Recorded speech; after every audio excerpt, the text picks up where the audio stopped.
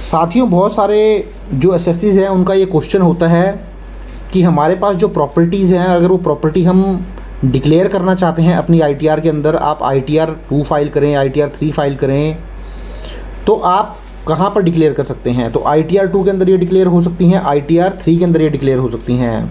तो जो process ITR 2 के अंदर दिखाने का रहेगा वही सेम प्रोसेस आईटीआर 3 का भी रहेगा।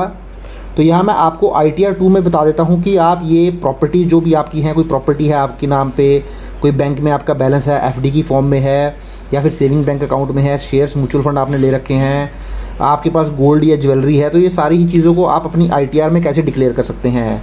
तो देखिए, अपनी एसेट और लायबिलिटीज़ की डिटेल आपको ज़रूरी हो जाती हैं अपनी डिक्लेयर करनी अपनी एसेट्स के अंदर, अपनी आईटीआर के अंदर।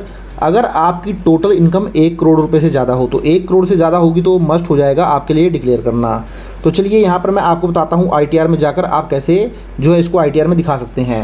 तो इसके लिए मैं आपको इनकम टैक्स पोर्टल पर ले आया हूँ। आपको जैसे ही इनकम टैक्स पोर्टल में आएंगे तो आपको फाइल नाउ पे क्लिक कर देना है, असेसमेंट 25-26 कंटिन्यू। उसके बाद आप देखिए स्टार्ट न्यू फाइलिंग कर दीजिए। उसके बाद इंडिविजुअल रहने दीजिए, इसको आप कंटिन्यू कर देंगे। उसके बाद यहाँ से आईटीआर 2 चूज़ कर लीजिए। अभी आईटीआर 2 में बता देता हूँ, फिर आईटीआर 3 में भी अगर आपको बता दूंगा। लेट गेट स्टार्टेड कर दीजिए। प्रोसेस बिल्कुल सेम रहने वाला है, चाहे आप आईटीआर 2 में दिखाएं या आईटीआर 3 में दिखाएं। उसमें लेट गेट स्टार्टेड के बाद आपकी अगर इनकम न्यू टैक्स में आईटीआर फाइल करें 3 लाख से ज़्यादा तो ये ले लीजिए, ओल्ड टैक्स में 2.5 लाख से ज़्यादा तो ये ले लीजिए, अगर 2.5-3 से ज़्यादा नहीं है तो ये देख लीजिए कुछ आपने किया है, अदरवाइज़ आप अदर्स का ऑप्शन चूज़ कर लीजिए, कंटिन्यू कर दीजिए। अब देखिए, जैसे ही आप यहाँ पे आएंगे, पार्ट है जनरली से कुछ नहीं करना है। अब जैसे आप ये जो शेड्यूल आपको दिखाने होते हैं, इसके लिए आपको क्या करना पड़ेगा, ये जो आपको अदर्स का ऑप्शन नज़र आ रहा है, अदर्स के ऑप्शन में जब आप जाएंगे, आप लास्ट में आएंगे, देखिए यहाँ पे आपको नज़र आएगा शेड्यूल एएल। शेड्यूल एएल का मतलब होता है schedule asset and liabilities. Asset and liabilities at the end of the year. At the end of the year मतलब 31 मार्च 2025 में जो भी आपकी एसेट एंड लायबिलिटीज़ होंगी। एसेट का मतलब है, जैसे मैंने आपको बताया, कोई प्रॉपर्टी आपके नाम से है, कोई आपको गिफ्ट वगैरह मिला वो आप दिखाना चाहते हैं यहाँ पे, कोई आपका एफडी है, कोई गोल्ड है, ज्वेलरी है, इसके अलावा कोई लायबिलिटी आपके नाम से खड़ी हुई है, जैसे आपके पास घर है, आपने लोन पे अगर परचेज़ किया हो, कोई गाड़ी आपने लोन पे परचेज़ की हो तो वो लोन वगैरह आप दिखा सकते हैं, किसी से आपने पैसा उधार पे लिया हो, अनसिक्योर्ड लोन, तो सारी ही चीज़ें यहाँ दिखा सकते हैं। तो देखिए, यहाँ पर एप्लीकेबल होता है in case where total income exceed 1 crore. अगर आपकी इनकम 1 करोड़ से ज़्यादा है तो फिर तो आपके लिए मस्ट हो जाएगा। तो आप इसको सिलेक्ट कर लीजिए और इसको कंटिन्यू कर दीजिए। जैसे ही कंटिन्यू करेंगे ओके हो जाएगा। तो देखिए, यहाँ पे आपको एक एक करके सारे ही शेड्यूल जो है वो नज़र आ जाएंगे। अब देखिए, यहाँ पे आपका जो एसेट शेड्यूल एएल है वो आपका यहाँ पे हाईलाइट नहीं हो रहा है। मैं क्लिक करूँगा तो देखिए कुछ भी नहीं हो पाएगा। इसका रीज़न क्या है, क्योंकि जैसे कि मैंने आपको बताया था 1 करोड़ से ज़्यादा की इनकम अगर होती है तभी ये हाईलाइट हो पाएगा।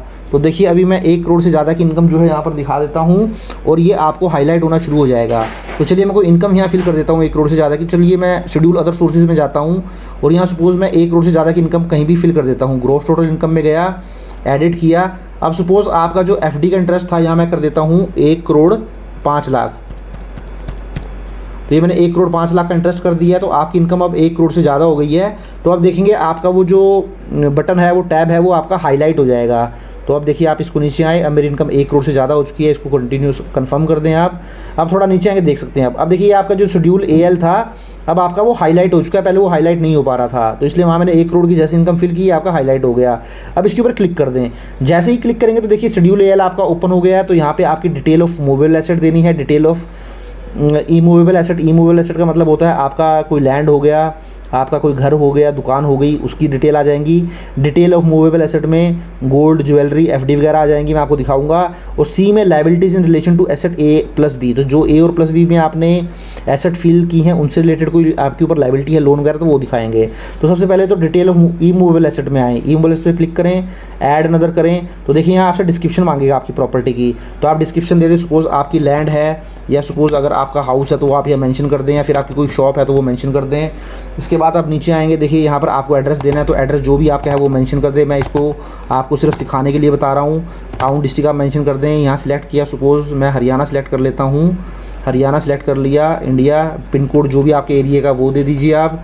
अब यहाँ पे आप उस इमूवेबल प्रॉपर्टी की जो है कॉस्ट मेंशन कर दें। सपोज़ आपके पास शॉप है, उसकी वैल्यू है 50 लाख की, वो मेंशन कर दें। आपका हाउस है 70 लाख रुपए का, वो मेंशन कर दें।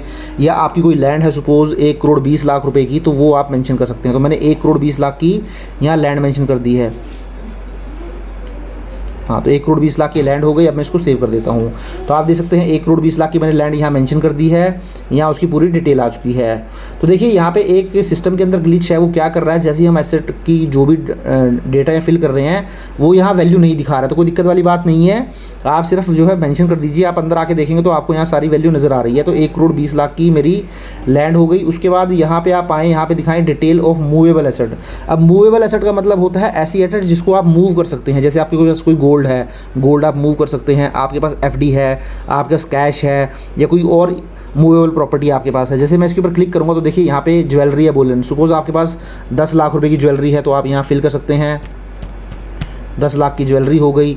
इसके बाद आपके पास आर्कियोलॉजिकल कलेक्शन है, ड्राइंग है, पेंटिंग है, इस तरीके कोई आर्ट का आपके पास जो कि महंगी ड्राइंग्स है वो आप मेंशन कर सकते हैं। कोई व्हीकल है, याच है, बोट है, एयरक्राफ्ट है। सपोज़ आपके पास कोई महंगी कार है 40 लाख रुपए की, तो वो मेंशन कर दीजिए आप। तो गाड़ी आपने मेंशन कर दी। अब बैंक इंक्लूड ऑल डिपॉजिट, तो जो आपका 31 मार्च 2025 का बैंक का बैलेंस था, चाहे वो एफडी की फॉर्म में हो, चाहे वो सेविंग अकाउंट में हो, करंट अकाउंट में हो, तो सपोज़ वो आपका 5 लाख रुपए का, तो वो आप मेंशन कर दीजिए। आपके पास 31 मार्च को कुछ शेयर म्यूचुअल फंड हेल्ड किए थे, आपने डेट म्यूचुअल फंड हेल्ड किए थे, कोई भी आपने सिक्योरिटीज़ हेल्ड की हो, सपोज़ 2 लाख रुपए की, वो आप यहाँ मेंशन कर दें। इंश्योरेंस पॉलिसीज़ आपने ले रखी हैं, तो 31 मार्च को जो आपने पॉलिसी होगी, जो भी आपकी वैल्यू होगी उस पॉलिसी की, सपोज़ 10 लाख की आपने पॉलिसी ले रखी है, तो वो मेंशन कर दें। कोई लोन एंड एडवांसेस मींस आपने किसी को लोन दिया हुआ है, सपोज़ 5 लाख का आपने किसी को सिक्योर्ड लोन दिया है, तो आपकी एसेट है वो मेंशन कर दें। कुछ 20,000 रुपये आपके हाथ में पड़ा हुआ है वो मेंशन कर दें। तो इस तरीके से आप देख सकते हैं जितनी भी मूवेबल एसेट थी मैंने सारी ही आपको बता दी। 31 मार्च को जो आपके पास हैं वो आप मेंशन कर दें, तो आपकी मूवेबल एसेट आ गई। अब सी के अंदर liabilities in relation to asset A plus B. तो देखिए ए पार्ट में आपने ई मूवेबल एसेट दिखाई। ई मूवेबल एसेट का मतलब जिसको आप मूव नहीं कर सकते हैं, जैसे कि लैंड हो गई, बिल्डिंग हो गई, कोई आपकी शॉप हो गई, आपका हाउस हो गया। इसी तरीके से मूवेबल एसेट मैंने आपको दिखा दी। अब उससे रिलेटेड जो भी लायबिलिटी है, अब सपोज मैंने ऊपर दिखाया था कि आपके पास 1,20,00,000 की लैंड थी, या हाउस था, या कार थी, हो सकता है आपका कोई लोन चल रहा हो उसको लेके, तो सपोज आपके पास 50 लाख रुपए का लोन भी है, तो उस 50 लाख रुपए के लोन को यहाँ मेंशन कर दें। जो 31 मार्च 2025 को आप लोन सर्टिफिकेट अपने बैंक से ले लें, उसके अंदर 31 मार्च को जो बैलेंस आ रहा होगा 25 को, वो लाना होगा मेंशन करना है। अब आप इसको कंफर्म कर दें। तो देखिए इस तरीके से आपका शेड्यूल एएल भी कंफर्म हो जाएगा। तो ITR 2 में तो आप इस तरीके से दिखा सकते हैं। अब मैं चलिए आपको ITR 3 में भी एक बार बताने की कोशिश करता हूँ कि आप ITR 3 में कैसे दिखा सकते हैं। आप थोड़ा जैसे ही पीछे आएंगे, देखिए यहाँ मैं जो है चेंज कर देता हूँ थोड़ा सा फॉर्मेट। अब मैं पीछे आ जाता हूँ, बैक आ जाता हूँ, बैक आ गया। अब मैं यहाँ पे चूज़ कर लेता हूँ, देखिए ITR 3, प्रोसीड विद ITR 3 कर देता हूँ, लेट गेट स्टार्टेड कर देता हूँ।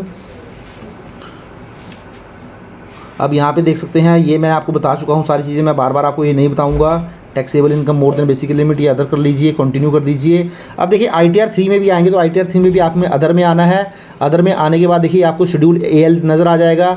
मैंने जैसा कि आपको बताया था प्रोसेस बिल्कुल सेम रहने वाला है। AL के ऊपर क्लिक कर दिया, कंटिन्यू कर दिया। अब देख सकते हैं आप यहाँ पे भी AL का बटन आपको क्लिक नहीं आएगा, यहाँ पे भी आपको 1 करोड़ से ज़्यादा की इनकम करनी पड़ेगी। तो मैं सपोज़ करें किसी भी इन्फॉर्मेशन में चला जाता हूँ, सपोज़ यहाँ पर भी मैं कोई अदर सोर्सेज में अगर कुछ नज़र आएगा मुझे इनकम, अदर सोर्सेज मुझे नज़र नहीं आ रही है, तो प्रॉफिट एंड लॉस नज़र आ रहा है। आप 1 करोड़, ये अदर सोर्सेज यहाँ नज़र आ गया। तो यहाँ पर भी मैं क्या करता हूँ, अदर सोर्सेज में 1 करोड़ रुपये से ज़्यादा का कुछ इनकम दिखा देता हूँ। यहाँ ग्रॉस में गया, यहाँ मैंने क्लिक किया। अब यहाँ मैं FD दिखा देता हूँ, सपोज़ 1 करोड़ 2 लाख की मैं FD दिखा देता हूँ।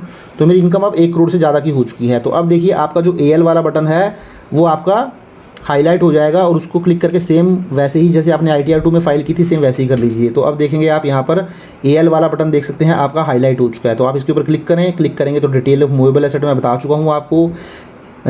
मूवेबल एसेट में कैसे आपको ये सारी डिटेल्स डालनी है, लायबिलिटीज़ आपको कैसे दिखानी है। तो सेम वही फॉर्मेट रहने वाला है, बट स्टिल मैंने आपको ITR 3 में भी बता दिया, नहीं तो आपका बार बार क्वेश्चन आता है। एक बार ITR 3 पे भी आप जो है वीडियो बना दीजिए। तो इस तरीके से साथियों आप अपनी एसेट और लायबिलिटीज़ को डिक्लेयर कर सकते हैं अपनी ITR के अंदर। Thank you very much.